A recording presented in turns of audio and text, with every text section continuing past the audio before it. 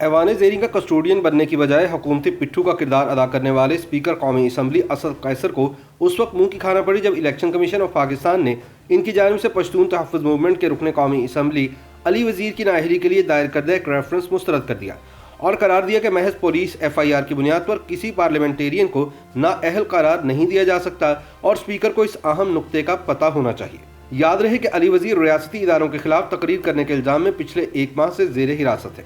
لیکن یہ پاکستان کی پارلیمانی تاریخ میں پہلا واقعہ ہے کہ قومی اسمبلی کے اسپیکر نے کسی رکن اسمبلی کے خلاف صرف ایک FIR کی بنیاد پر اس کی نااہلی کے لیے الیکشن کمیشن کو ریفرنس بھیجا ہو۔ اس حوالے سے گفتگو کرتے ہوئے ایک وفاقی وزیر نے آف دا ریکارڈ یہ موقف اختیار کیا کہ وزیر اعظم عمران خان کا اس ریفرنس سے کوئی تعلق نہیں تھا اور پشتون تحفظ موومنٹ کے حوالے سے ان کے خیر سگالی جذبات سے عوام اچھی طرح آگاہ ہیں۔ ان کا کہنا تھا کہ اسپیکر قومی اسمبلی نے علی وزیر کے خلاف ریفرنس انہی قوتوں کے کہنے پر دائر کیا ہوگا جن کے خلاف پشتون تحفظ موومنٹ کی قیادت اکثر اپنی تقاریر میں تنقید کرتی ہے، یعنی اسپیکر نے علی وزیر کے خلاف نااہلی کا ریفرنس اسی خفیہ ایجنسی کے کہنے پر دائر کیا تھا جو خود کو نام نہاد قومی مفادات کا ٹھیکیدار سمجھتی ہے۔ تاہم ناقدین کا کہنا ہے کہ اگر اسد قیصر قومی اسمبلی کے معاملات بھی ایجنسیوں کے کہنے پر چلا رہے ہیں تو پھر اس اسمبلی کا اللہ ہی حافظ ہے۔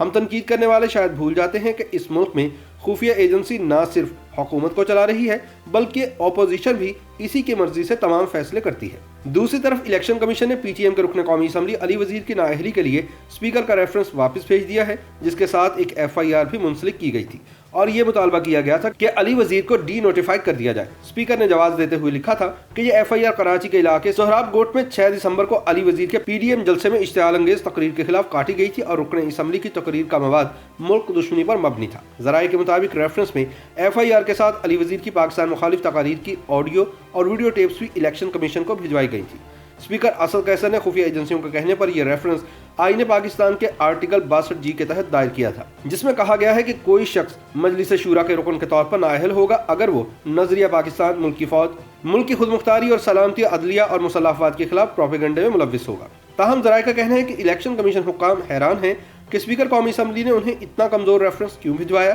کیونکہ ہر خاص و عام جانتا ہے کہ کسی بھی رکن اسمبلی کی نااہلی کے لیے آئین پاکستان نے ریفرنس کو عدالتی سزا سے مشروط قرار دیا ہے اور آرٹیکل 63G کے آغاز میں ہی واضح کیا گیا ہے کہ نااہلی کے لیے ضروری ہے کہ وہ کسی مجاز عدالت کی طرف سے سزا یافتہ ہو۔ محض FIR کی بنیاد پر الیکشن کمیشن کسی پارلیمنٹیرین کو نااہل قرار نہیں دے سکتا۔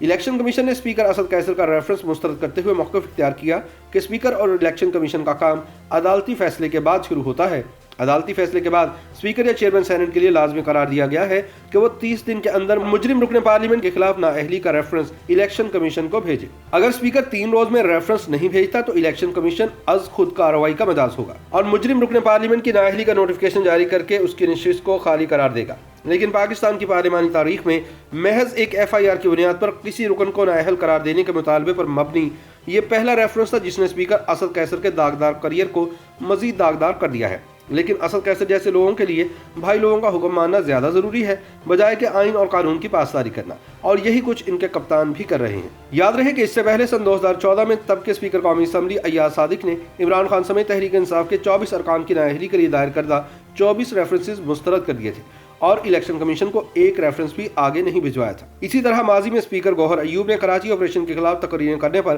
MQM اراکین کے خلاف FIR کی بنیاد پر نااہلی کے ریفرنسز مسترد کر دیے تھے۔ دوسری طرف پشتون تحفظ موومنٹ کے لیڈر اور آزاد رکن قومی اسمبلی علی وزیر نے اپنے وکیل کے ذریعے جیل سے پیغام بھجواتے ہوئے یہ کہا ہے کہ ان کے خلاف بغاوت اور ملک کی سلامتی کو خطرے میں ڈالنے جیسے الزامات جھوٹ پر مبنی ہیں۔ ان کا کہنا تھا کہ وہ ریاست مخالف نہیں اور صرف پشتونوں کے حقوق کی بات کرتے ہیں۔